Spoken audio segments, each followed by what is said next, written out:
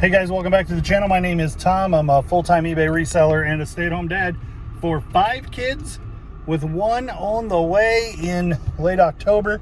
And you guys, I just finished recording the video where I shipped out 39, and I actually didn't get the couple of big things, so I only put 36 out at the mail, and I gotta get those big things later when I get home. But it is 12:30. Just dropped Abby off at school, and we're gonna go hit Goodwill. I find, at least for me, and this is part of what makes you successful as a reseller, I find the best stuff after the weekend donations and during the day when most people are at work or kids are at school, and they're just not early in the morning because they are still processing the stuff that got donated over the weekend.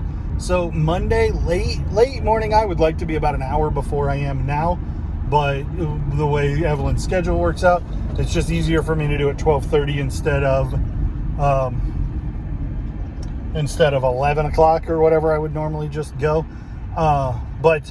So we just finished all the shipping from the weekend, and we're gonna go hit Goodwill and see if we can find any real good stuff. I don't need mediocre. I've got a bunch of mediocre stuff that I could list if I wanted to stay home and do that. I'm gonna go see if I can find 5, 6, 8 really solid things and add those to a pile of mediocre things and see if I can get, I want to do 30 listings a day.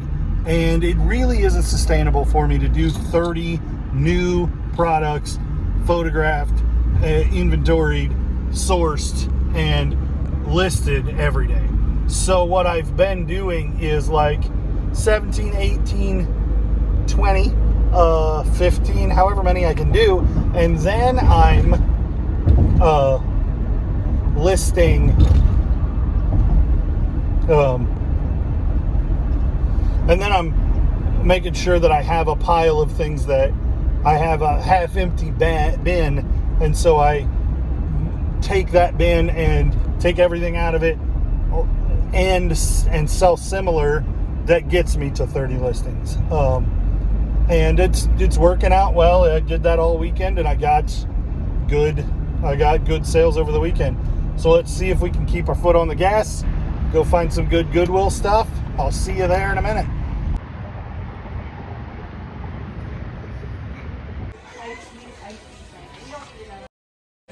$7.99 for the little teapot. That's pretty cool.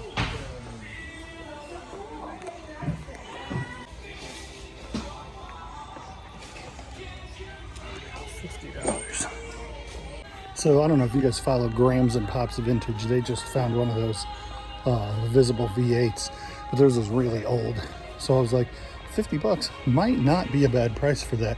And then I comped the newer variety, and I expected it to be like maybe $100, but it turns out that's pretty much full retail. This bread machine sometimes can do well. The main thing you want to make sure is it has that little paddle right there.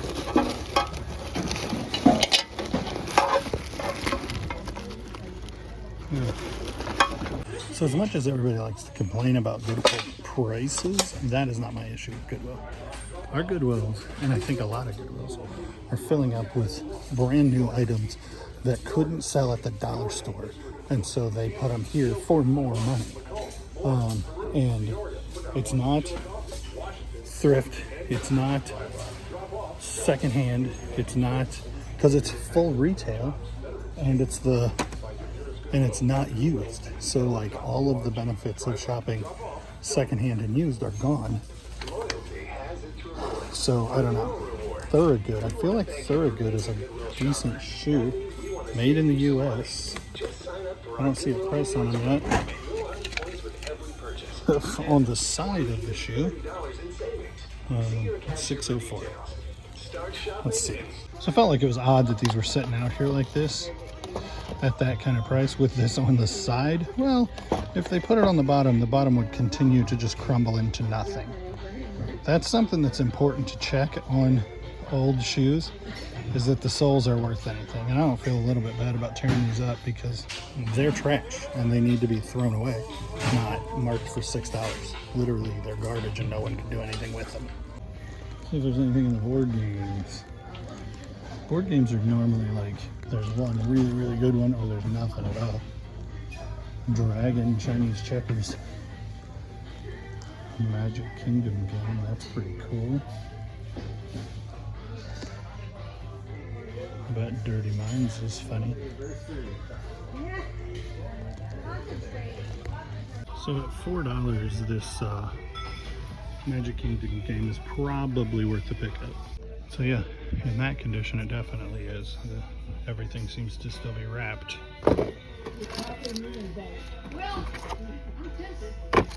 These just caught my eye from across the way. They look like they're not. Okay, so I haven't looked into these yet. Somebody tried to grab one out of my hand like they were all on the shelf and I was grabbing them.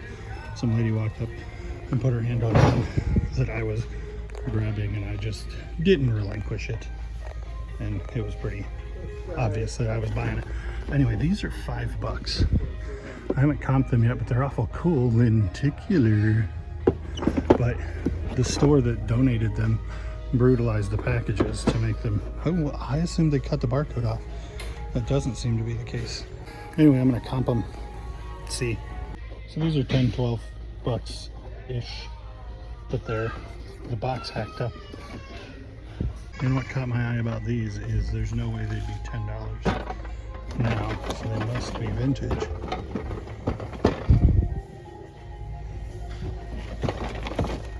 These boots are very cool. I mean, they're fake junk. They're not like, you know, they're faux leather. They're coming apart. These, however, are the reason that I walked over here.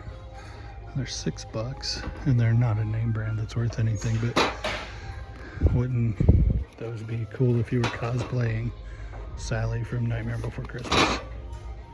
Not a lot of sales history on these at all, but it's fire resistant. It's XLT, $5.99, and there's 3 of them. So at $6 a piece, I think I can make one listing for $25 plus shipping and should be able to sell all 3 of them pretty easily. So I just brought out a new cart, and that's probably too dirty to be worth flipping, but I was able to grab this. I didn't look into it at all yet, and this.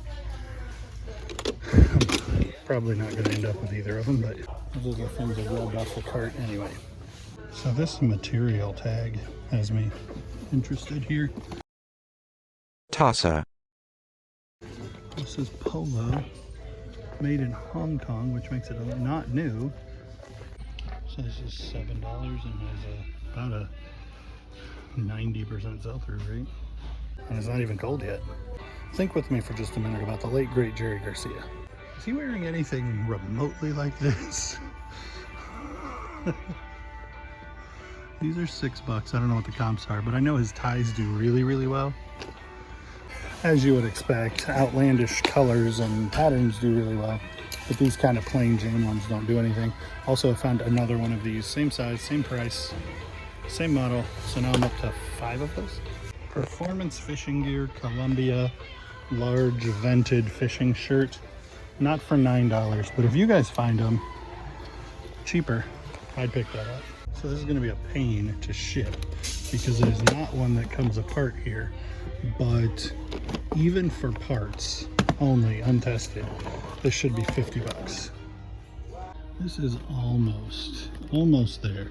Like, it should be $30 plus shipping, but I'm not paying $12 for it. If it was $9, maybe. Another thing where I want this so badly to be worth something, that is heavy metal Gus 2001 trophy for $3. I shouldn't have comped it, I should have just picked it up. But it's really like about a 40% sell-through rate and maybe $10, but it's so cool. So I got, how many of these boxes? 4 or 5 of these boxes, and this is what it is. It's just, it fits over a Malibu light, a sidewalk light, specifically brand one, and it's just a blow mold Santa Claus. And there's 5 in each box, and these are not new. This is not the original packing, and this had a like price tag from somebody's antique booth for $5.60. But those are going to be pretty good, I think, at $5. So I can't find anything like these, but I'm gonna estimate they're worth $30 a piece. So my guess is that's $150 worth of product right there. And then we have this game at $4 that I think is probably 30-ish. Just looking at the comps, I think that's fair conservative estimate. This was $5 and has sold comps for about 40. This was $3 and should sell for at least 40. This Sunbeam thing, I think I'm going to be conservative and call it $16 plus shipping, but it was only $1.50. Polo Ralph Lauren, he's not always worth picking up. Hong Kong makes it vintage, more likely to be vintage, and the real only reason that I picked this up is because of the material. Silk. Tussa silk? Tassa. Anyway, I think this is a $40 sweater. And then we have these, all new with tag, all XL tall, all $6. And I think 1, 2, 3, 4, I think they're 25 a piece. So that's another 100. So I was in there for like an hour and a half. I spent $75 on what should be about $450 worth of goods. These are so much better than I thought they were. So I think a lot of people would say, I made $227 an hour at the thrift store. And while that, you could finagle the math to make that kind of true, that is a really good return on $75 invested in an hour and a half. $227 an hour gross return. So that's pretty cool. But I'll net significantly less than that. But it's a cool market. So thanks for watching, commenting, subscribing, following, clicking the bell, and all the things that you do. Tell them we'll see you on the next one.